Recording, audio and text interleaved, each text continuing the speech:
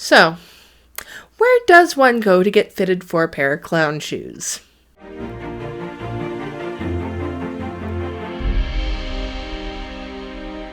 Hello, freaks, geeks, and all those unique. This is Emcee Frodis, and, well, here we are again.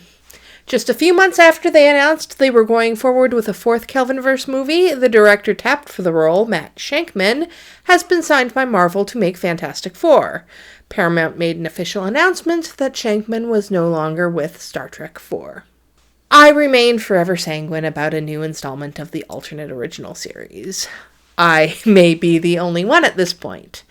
Do I think they won't go ahead with this film? No, I think they still want to. Do I think it'll happen on the schedule they set? Absolutely not. It was utter freaking hubris to make the announcement in the first place without everyone locked into ironclad contracts.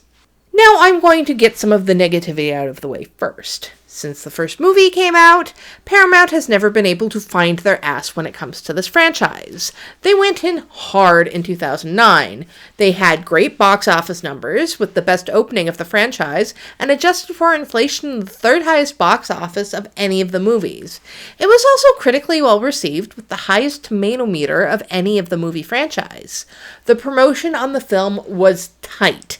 Tons of TV spots and merchandise. But by the time they got to Beyond, they just did not care anymore. They didn't even bother to do a novelization for the movie. Star Trek Beyond came out in 2016, the golden anniversary of the Star Trek franchise, yet they hung the movie out to dry. Paramount was so bad at promoting the film that Suicide Squad won the Best Makeup Oscar over them. Suicide Squad. Not The Suicide Squad. Suicide Squad. And Star Trek Beyond had work like this. The makeup team designed 50 new alien creatures, one for every year of Star Trek. Come on! And now we come to Kelvin 4. For the last 6 years, we've been jerked around as to whether or not this movie was going to happen. Now, this isn't all Paramount's fault. I honestly believe the tragic loss of Anton Yelchin took the wind out of most of the cast's sails. The cast was so incredibly close, and losing one of their number so young was a deep emotional blow.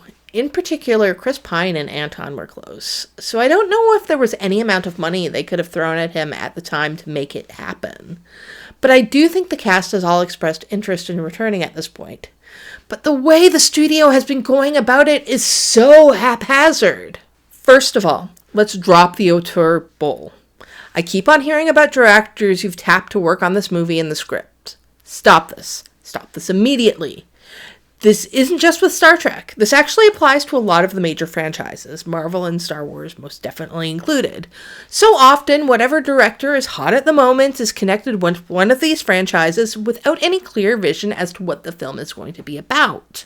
Star Trek doesn't need to have a Quentin Tarantino bring his vision to Star Trek. Frankly, his vision was never going to mesh with the tenor of the franchise. Star Trek has a vision. It doesn't need a visionary. Frankly, the same thing happened with the Kelvinverse already with J.J. Abrams, which while I do love the movies, it's the reason why I think his films have their detractors. Let's get a script ready and locked. That's what's important. That script is going to be what brings in the cast. And then have the cast ready. Star Trek has had a lot of directors, but it's the cast that needs to be in place. When it comes to what is generally acknowledged as the best Star Trek movies, most of them are not from red-hot directors. Nicholas Myers had done Time After Time, Leonard Nimoy hadn't done anything before Search for Spock, and right after that he did Voyage Home. Jonathan Frakes had directed a dozen or so Star Trek episodes before he did First Contact. These weren't directors that screamed blockbuster, but they cared about the franchise. And I think this also shows in Justin Lin. While he was well known as the director for his work in the Fast and Furious franchise, he was a lifelong Star Trek fan. Find someone who is passionate about the material. Hell, give it to LeVar Burton. He's earned his due after not getting Nemesis. But mostly, this just comes down to, get your act together, Paramount, and do another of these movies. Get your actors under contract, get a script, and then just do it. Yes, this is absolutely the hill I will die on. These movies had a charismatic cast playing interesting versions of these characters that we've barely scratched the surface of. But even with the small amount of time we've spent with them, I think we've gone on an emotional journey with them. Kirk has grown from a brash young man to a responsible and measured captain. Spock literally lost his entire world, but has now found an adoptive family on the Enterprise. McCoy went from bitter, sarcastic doctor to, well, some people are just the way they should be. It gave Sulu a family and Uhura a more active role in the missions, made Scotty a paragon of Starfleet ideals.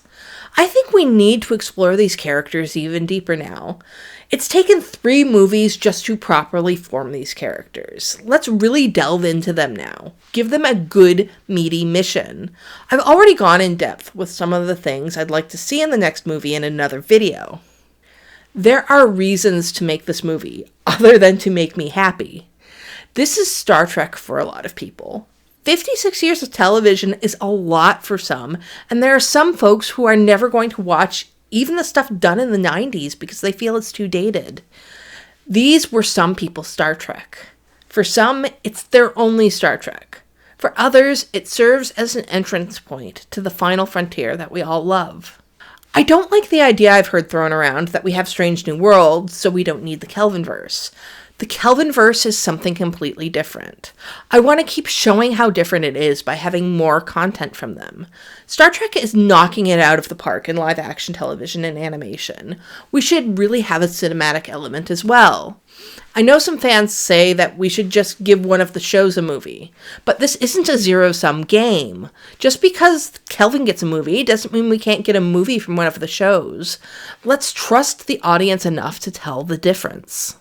So comment down below with your thoughts on Matt Shankman leaving Kelvin 4. If you like my videos, subscribe to my channel. I do videos about Star Trek, Star Wars, and lots of other geeky things. If you want to support me, please visit my Patreon. You can also buy me a coffee, or you can go to my Redbubble and TeePublic to buy my geeky graphic designs. So until next time, live long, and may the Force be with you.